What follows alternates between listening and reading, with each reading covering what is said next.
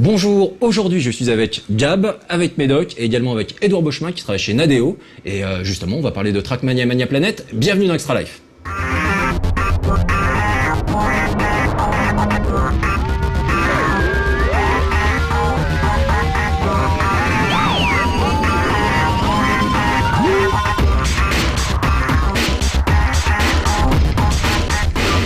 On va commencer cette émission déjà par un tout petit mot, genre avant d'attaquer sur Trackmania, pour remercier la galerie AOJ qui nous fournit en fait tous ces tableaux, donc celui-là qui est absolument magnifique et qui fait penser, bon d'après Médoc, un petit peu FF12.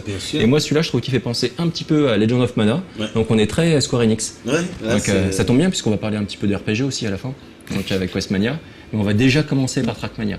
Et alors déjà, justement, Edouard, est-ce que tu peux nous parler un petit peu de ton parcours? Ça fait depuis combien de temps que tu bosses pour Nadeo, etc. D'accord. Alors, je suis à plein temps à Nadeo depuis 1 an environ. J'étais là au tout début de la communauté en 2003 avec le Trackmania Pranier du Don. J'avais fait partie d'une première équipe de passionnés de course et de passionnés de construction de circuits. J'étais passionné d'être dernier de l'équipe systématiquement dans tous les tournois, donc bon, ma carrière a été de très courte durée. Oui, du coup, t'as switché de... Voilà, c'est ça. Je me suis dit bon, je suis pas bon du côté joueur, je vais passer du côté studio. Et donc bon, je suis resté, je fais quelques petites missions, dont une en Chine. J'ai vécu en Chine pendant quelques années pour l'e-sport en Chine, donc pour le SWC que vous connaissez. Ouais. Organisé la finale Chine pour ça.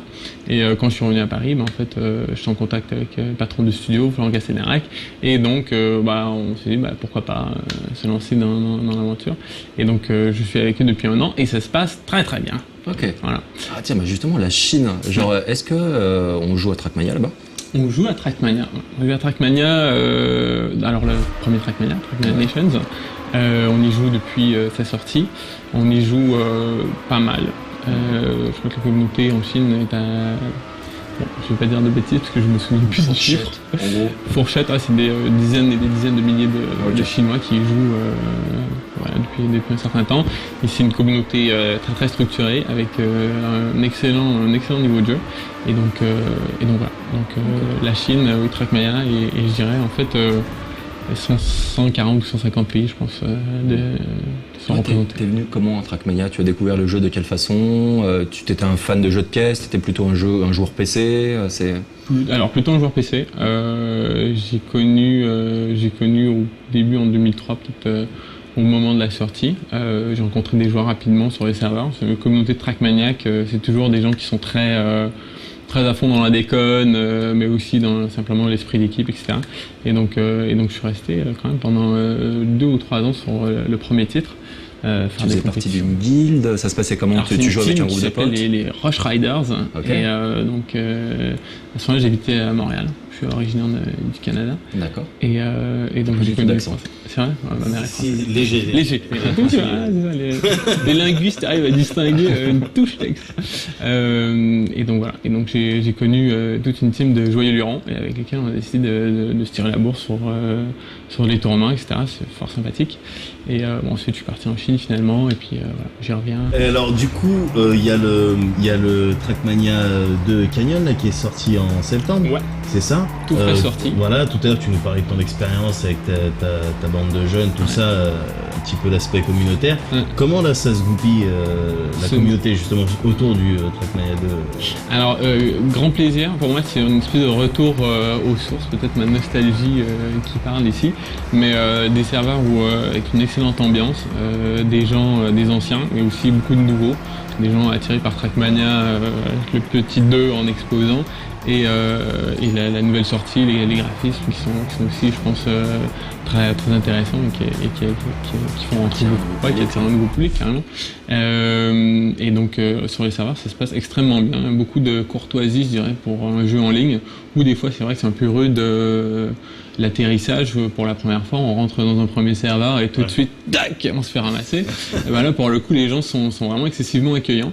Et j'ai vu, donc bon, évidemment, peut-être parler pour moi, mais aussi parler des journalistes que j'ai vus qui sont entrés sur les serveurs et qui ont été étonnamment surpris et agréablement surpris par l'accueil général des Trackmaniacs. Donc niveau communauté, c'est génial. On retrouve un jeu qui est en l'essence de Trackmania, parce qu'on a décidé d'enlever plutôt des choses plutôt que d'essayer de rajouter des features. Des fois, c'est la course à l'armement quand on sort une suite dans le jeu vidéo. Alors là, nous, en fait, on a décidé de se concentrer vraiment sur les fondamentaux et de les rendre beaucoup plus puissants, plus immersifs. Donc les sensations de vitesse, les sensations de conduite, le réalisme, mais aussi tous les outils de création, les outils d'échange. Tout ça, on a essayé de leur faire passer un nouveau cap pour permettre d'avoir une expérience online, une expérience 2.0 améliorée. Donc c'est du Trackmania, mais en meilleur. Donc pour ceux qui viennent de la série avant, ils retrouvent leur marque très rapidement, je pense. Et pour les nouveaux arrivants, ils découvrent un jeu en fait qui est déjà plutôt accessible, et très et qui donne vraiment d'excellentes impressions ou sensations de jeu. Toi, Gab, tu avais fait la critique justement pour j'avais fait la critique et ce qui m'avait surpris déjà, c'est ce qui m'avait surpris dans les termes positifs, c'était l'ambiance sur les serveurs. Quand j'arrivais sur une course, à chaque fois, les gens disaient bonjour. C'est quelque chose. C'est quelque chose d'imaginable dans un FPS. Donc déjà, première bonne surprise. Après, niveau contenu, c'est solide. Il y a ce qu'il faut. Donc non, vraiment, Trackmania 2, c'est un très bon jeu. Tu avais ouvert des petites questions à la fin de ta critique. Justement, c'est Canyon, donc c'est un peu, je crois même, un environnement. Est-ce que vous prévoyez de lancer d'autres environnements et est-ce que ces environnements vont coûter une fortune? Alors, alors toute réponse à tout ça, oui. Le modèle, pour l'instant, parce que les choses peuvent évoluer, c'est de sortir 3 types de jeux, Trackmania en étant un des 3, donc là, dans la plateforme Mania Planet. On commence par Trackmania 2 Canyon, on décide de sortir titre par titre pour fournir aux joueurs une occasion de s'intéresser tous au même titre en même temps. On avait ce problème-là des fois au début, on offrait 3 titres, qu'au début on voulait distribuer de manière séparée, mais on était obligé de mettre dans la même boîte, parce que quand on mettait des boîtes dans les magasins, il fallait qu'ils gardent un espace, donc on ne pouvait pas avoir 3 espaces, il fallait qu'on ait un seul espace. Donc on mettait les 3 titres sur le même disque. Bon, maintenant qu'on est en dématérialisé, on a cette option-là, et donc on offre le titre une fois qu'on l'a terminé, donc on a terminé Canyon, on l'offre aux joueurs avec tous les outils qui viennent avec, pour un prix de 19,99 20 €. Et donc on va ajouter des titres à cette collection. Donc Trackmania 2 Canyon, premier titre, Trackmania 2 Valley sera normalement le second titre de Trackmania 2, et donc toujours en dématérialisé, et à ce moment-là, tout ce qu'on télécharge, c'est le titre qui s'installe dans le système de jeu Mania Planet, et donc on se retrouve avec une collection de titres différents. Voilà. Et concrètement, ce second titre, qu'est-ce qu'il va apporter? Ça veut dire, est-ce qu'il va y avoir une nouvelle campagne solo, un nouvel environnement, de nouveaux outils pour créer ces maps? Normalement, donc forcément une nouvelle campagne solo, un nouvel environnement, une nouvelle voiture avec un nouveau gameplay. Donc normalement déjà là, suffisamment d'éléments pour que les fans de la série se disent « Ah oui, je suis intéressé ». Le but, c'est d'offrir aux gens aussi le choix. Je pense que c'est vraiment très important pour des gamers, pour des gens de pouvoir se dire « Moi, je préfère les sensations de vitesse de Canyon.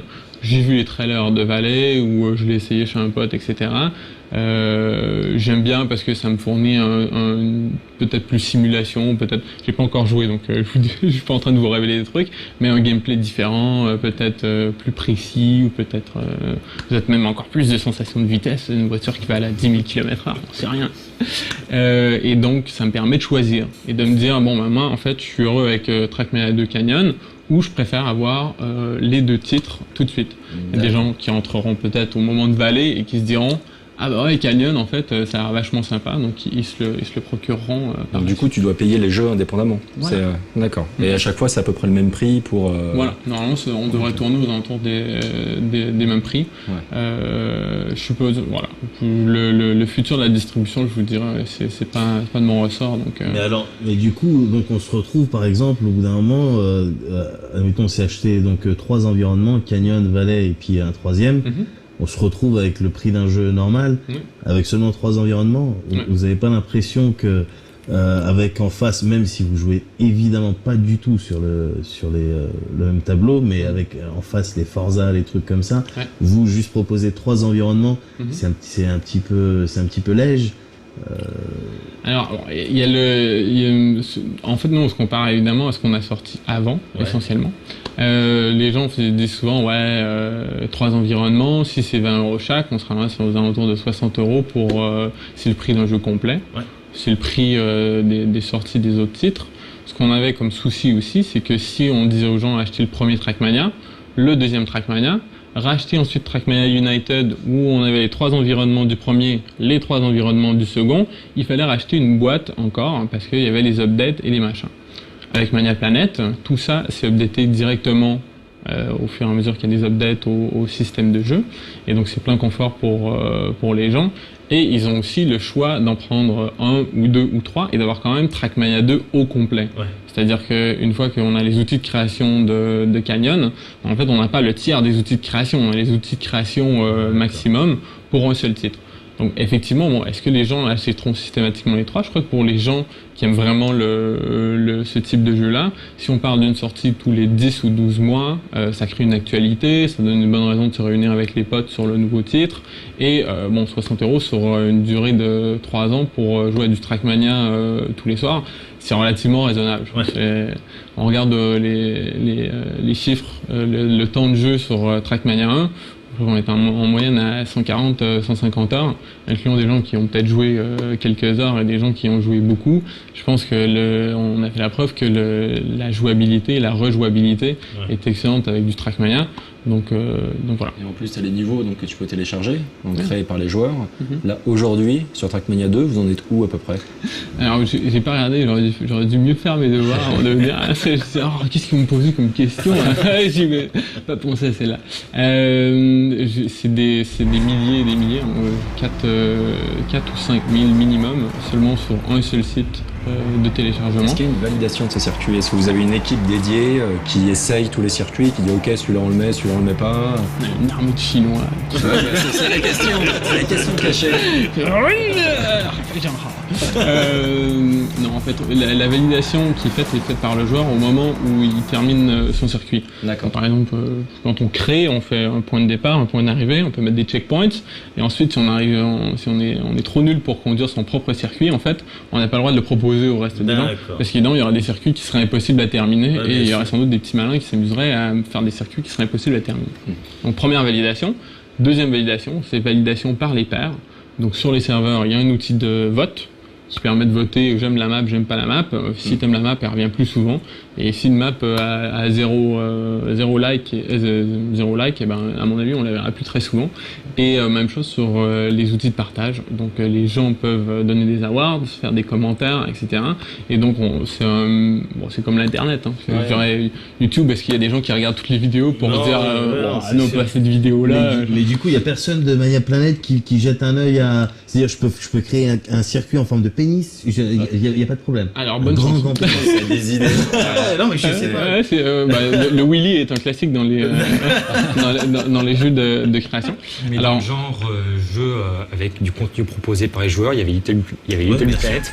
Et en fait, tu pouvais en faire ton niveau, peu importe qui était mauvais ou je sais pas quoi, tu pouvais le mettre sur Internet.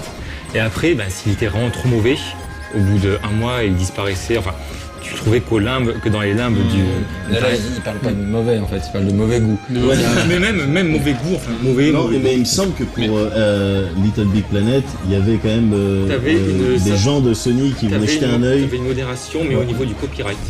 Oui, exactement. Juste au niveau de question de copyright. Exactement. Alors nous on fonctionne d'une façon qui évidemment il y a un certain screening qui est fait de ce qui est proposé à l'occasion. Si on voit des choses qui sont déplacées dans les serveurs, etc. Et ça peut être simplement mis de côté, on interdit la publication. Il y a aussi le fait que l'éditeur fonctionne avec un système de blocs. Donc évidemment, on a demandé aux graphistes qu'ils ne créent aucun bloc en forme de phallus pour éviter que les gens puissent s'en servir. Okay. Deuxième chose, les gens sont aussi, on l'a dit, très bien éduqués, très civilisés dans la communauté Trackmaniac. Et donc on a que très récemment mis un outil pour ban certains mots. Parce que même en fait il y en avait même pas le besoin. On se l'est fait demander, on a dit mais pourquoi en fait je pourrais écrire Fox si je veux, dire c'est vrai, on n'y a jamais pensé, parce qu'on n'a jamais eu de cas d'abus ou de quoi que ce soit. Je crois que les gens, de manière générale, quand ils jouent à Trackmania, ils jouent dans un bon esprit, parce qu'il n'y a pas forcément l'idée de se rentrer dedans, de collision, etc. De compétition, on se confronte à des fantômes, donc c'est différent. Voilà, c'est ça. Donc comme on peut pas... on peut pas faire chier. Hurlant à notre joueur. Tu peux difficilement rage quit, je veux dire, quand tu fais ta course, bon bah si tu perds, tu perds. Tu perds. Ouais, tu t'en veux à toi. Si t'as perdu, c'est de ta faute, et voilà quoi. Donc tu peux te crier après toi intérieurement, mais c'est vrai que ça évite de polluer les chats des serveurs. Et donc tu parlais tout à l'heure un petit peu de la plateforme Mania Planet. Ouais. Donc c'est vrai qu'il y a Mania Planet, c'est 3 jeux. D'un côté, tu as le jeu de course avec Trackmania, et tu as également Shootmania qui arrive, qui est un FPS, et Questmania qui est un RPG. Voilà. Donc qu'est-ce que tu peux nous parler? En fait, Shootmania, je crois que ça va être le premier potentiellement à sortir. Donc avant Questmania, ça va se présenter comment exactement? On va retrouver le côté possibilité de créer ses propres niveaux, du coup on va fraguer des gens, ou on va fraguer des fantômes, comment ça? Alors, Shootmania, c'est un jeu de FPS avec des voitures. Non, je rigole. Ça a une peur. Hein. C'est un vrai FPS. Donc, je crois que Florent, donc le directeur du studio, parlait de la volonté d'aller vers des jeux purs, l'essence du genre, c'est-à-dire retrouver des sensations de jeu qui sont le plus près possible de ce qu'on s'imagine être un jeu de course, un jeu de FPS, un jeu de RPG. Donc on va retourner aux origines un petit peu à Doom. C'est plus près du Doom, du Quake, de ce style de jeu où on a plutôt tendance à courir et se tirer dessus, plutôt que des fois d'attendre planqué et puis de prendre D'accord, mais concrètement, c'est parce que là encore, autant avec Trackmania, t'as difficilement des concurrents parce que encore une fois, vous jouez pas du tout sur le même tableau. Autant quand on se lance dans le FPS, il faut quand même être conscient qu'il y a d'autres FPS en face qui proposent des choses parfois très très bien. En multi d'ailleurs. Et en multi, des multi très très bien faits. Ouais. Et j'imagine que comment ça s'appelle? Shootmania, ça va miser beaucoup aussi sur la communauté, sur le multi. Ouais. Comment concrètement vous allez mettre ça en place? Comment vous allez vous différencier du reste? C'est quoi la force de Shootmania? Quel est l'ingrédient magique? L'ingrédient magique, c'est la partie mania. Donc toute la partie de création de niveau. Aujourd'hui, je crée un circuit en 5 minutes avec Trackmania. Il sera peut-être pas très bien. Je crée un niveau de shoot en 5 minutes. Il a de bonnes chances d'être vraiment très très bon. Curieusement, en fait, on s'attendait à avoir une complexité plus élevée pour une création dans un shoot.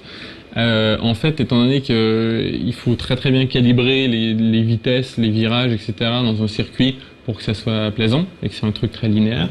Dans un shoot, étant donné que ce sont les joueurs quand ils sont dans le shoot qui jouent la map de la manière la plus imaginative qu'ils peuvent avoir, eh ben les niveaux sont souvent proposent toujours, si l'idée originale est bonne, toujours une expérience de jeu nouvelle.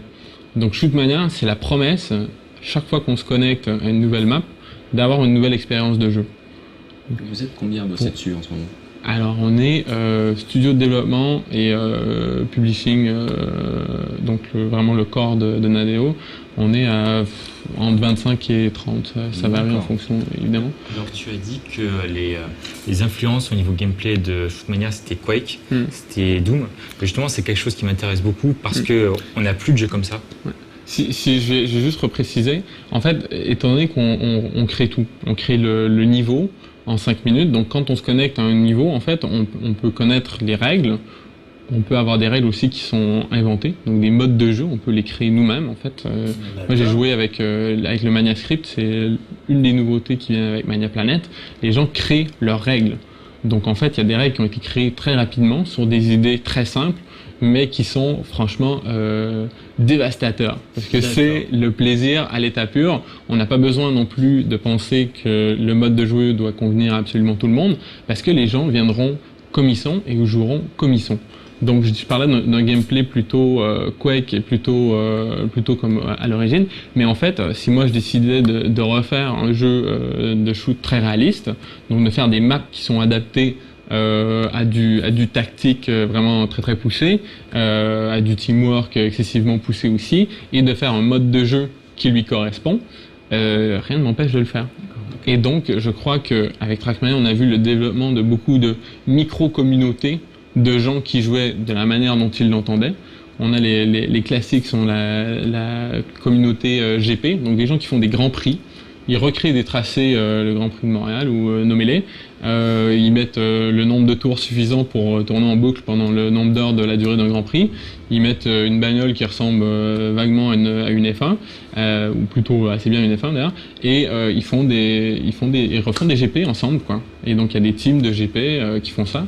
Il y a des teams qui ont fait alors là, attachez-vous bien, du RPG dans Trackmania. Ah, là, je suis bien attaché, mais si la voiture tombe, c'est pour ça qu'il faut être bien attaché. Et donc le principe, c'est on crée un niveau, donc une espèce de Lara Croft-like peut-être, où il faudrait sauter de plateforme en plateforme, arriver dans une espèce de grande salle où on essaie de trouver l'issue. Et donc, c'est des maps qui sont simplement tellement longues et tellement bien travaillées qu'elles prennent peut-être 40 minutes à compléter, peut-être 1 heure. Et en fait, c'est l'exploit technique de passer du point A au point B, mais de la manière la plus incroyable ou inimaginable possible. Donc, rouler sur un tuyau, faire ce genre de plateforme que du RPG du coup. Ouais, c'est plus de la plateforme que du RPG. Il l'appelle RPG, effectivement, ce serait plutôt. Mais alors justement, RPG, alors Questmania. Ça, j'étais sûr. Ah non, bah évidemment, je me pose. Alors, c'est vrai que là, c'est quand même. On s'interroge. Ouais, voilà, donc il y aura du online, j'imagine. Ouais. Alors, encore une fois, la même remarque pour Trackmania et pour Shootmania. Du RPG online avec plusieurs joueurs, on connaît, il y en a qui connaissent bien. Il y en a qui font ça depuis des années. Quand même, Voilà. Qu'est-ce que vous comptez proposer avec Questmania de nouveau? Bien sûr. Questmania, je pense qu'on part sur les mêmes piliers. C'est important. Quand on fait Mania Planet, il y a Mania. Trackmania, on retrouve le même, Shoot et Quest, donc il y a un fil conducteur qui est franchement la création par les joueurs, la communauté, et de dire on est capable de créer quelque chose d'assez simple. C'est-à-dire que c'est un peu comme quand on est gamin, quand on a 5-10 ans, on veut s'inventer un petit jeu simple qui va nous tenir occupés sur 1 heure ou peut-être un peu moins. On invente notre niveau, on invente les règles, on crée les personnages et on se met à jouer. Donc c'est un peu ce qu'on voulait faire avec Trackmania, c'est un peu comme du Hot Wheels, on fait son petit circuit, hop, voilà, on passe à autre chose parce qu'on n'a pas besoin de le conserver, parce qu'on peut en recréer un aussi la prochaine fois qu'on commence à jouer. Shootmania, c'est la même chose, bon, scénario Cowboys indiens, on connaît tous. Questmania, c'est la même chose, on faisait tous des jeux de rôle quand on était petits, on veut pouvoir créer facilement l'univers qui va nous permettre de jouer, donc de créer les personnages, les règles, etc. La forme définitive, franchement, je pourrais en raconter n'importe quoi, elle n'est pas encore faite. C'est un laboratoire de création qui a commencé il y a des années. Mania Planet, c'est un vaste projet ambitieux qui demande d'être supporté dans le temps. C'est une promesse qu'on fait aux joueurs de leur offrir différentes manières de jouer, et donc il faut qu'on les développe. C'est Mania. Questmania, c'est pas pour tout de suite, du coup. Non, alors j'imagine bien que c'est pas. Mais dans les grandes lignes, c'était juste parce que c'est vraiment, je suis curieux. Dans les grandes lignes, c'est quoi? Et ça se rapproche d'un RPG Maker, c'est-à-dire les gens font RPG et le partagent avec la jeunesse, ou est-ce qu'on va pouvoir y jouer à plusieurs? Les gens vont devoir écrire des quêtes, faire des personnages non joueurs. Vue subjective à la Elder Scrolls, vue de derrière, enfin, je sais pas, c'est Questmania pour l'instant on a que le nom, quoi. Tu vois ce que je veux dire? Alors je réponds oui à tout ça. D'accord. Et peut-être non. C'est-à-dire qu'on travaille. Non, mais je sais. C'est travailler sur tous les fronts, je pense.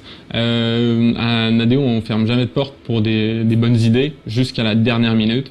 C'est-à-dire qu'il y a des features qui sont ajoutées dans le jeu auxquelles on n'avait pas pensé 6 mois avant, et on avait dit bon, le cahier des charges c'est terminé, on fait ça les mecs, et après on part en vacances. Pas du tout. Donc avant la sortie, il y a plein de choses qui peuvent changer. Après la sortie aussi. Questmania, moi-même, j'ai pas encore joué. J'ai joué à des prototypes, donc je peux vous dire que les idées à la base sont bonnes. La forme définitive que ça aura, c'est très difficile à dire. Shootmania est dans un état beaucoup plus avancé, c'est pour ça que j'en parle mieux ou avec plus de détails, puisque je peux effectivement dire un peu déjà les piliers qui ne devraient pas changer d'ici la sortie. Mais si jamais à la sortie, vous dites, bon, bah, Shootmania, finalement, il y a des voitures. Hein. Comment ça, elle nous avait dit qu'il n'y aurait pas de voiture? Voilà, donc je crois qu'il faut vraiment, on parle ici de nos intentions. Après, le projet final, de toute façon, on communiquera beaucoup plus sur ces titres-là au moment où on aura quelque chose où on est à peu près 99% sûr que c'est. Peut-être au prochain E3. Peut-être au prochain E3, peut-être avant, peut-être après. Je pense que pour l'instant, ce serait vous mentir que vous dire qu'on a un calendrier secret. Il faut voir en fonction du développement. Blizzard dirait when it's done. Je sais pas si ce sera comme when it's done, mais on dirait when it's really good ou when we like it ou when we are convinced. Tu parlais tout à l'heure de créer notre univers avec Questmania. Alors, il y a plein d'univers différents dans RPG. Il y a le Medfan, il y a la SF. Ouais. Est-ce que va y avoir le même principe qu'avec Trackmania, c'est-à-dire des 3 versions différentes de Questmania? C'est-à-dire tu sors, d'accord. Normalement, en fait, la volonté, c'est 3 titres par jeu. Donc Trackmania aura ces 3 titres. Par genre. Par genre, ouais. Par genre de jeu. Ouais. Donc Trackmania, la course, 3 titres. Shootmania, le FPS, 3 titres. Questmania, le RPG, 3 titres. Après, il faut savoir aussi que Mania Planet brouille les pistes et les frontières. Il y a aujourd'hui la possibilité avec le Mania Script dont je parlais de recréer des mini-jeux, de recréer donc les niveaux RPG dont je parlais. Aujourd'hui, avec le Maniascript, c'est possible de créer des événements particuliers, donc de dire par exemple quand on arrive dans tel endroit, par exemple, je sais pas moi, les lumières se ferment, mais il y a un texte qui apparaît qui dit rattrapez le chevalier noir, sinon vous êtes mort. Donc il y a moyen de faire des choses qui sont beaucoup plus avancées, beaucoup plus abouties. C'est pour ça qu'on parle d'une créativité vraiment augmentée avec Mania Planet, beaucoup plus de puissance. C'est pour ça qu'on part sur un nouveau système de jeu aussi, parce qu'on avait quand même un système de jeu existant avec Trackmania 1 qui était assez robuste, mais qui arrivait à ses limites, et je pense qu'on devait repartir sur des bases neuves pour avoir toutes ces possibilités. Okay. Merci pour toutes ces petites informations. Donc, écoute, bon courage, parce qu'il reste beaucoup de taf du coup. On est curieux de voir ce que ça va donner Shootmania. Et puis Questmania, peut-être plus tard, genre pour une XP spéciale, plus longtemps. Et voilà, encore merci, et puis on se retrouve très bientôt pour un prochain Extra Life. Ciao tout le monde.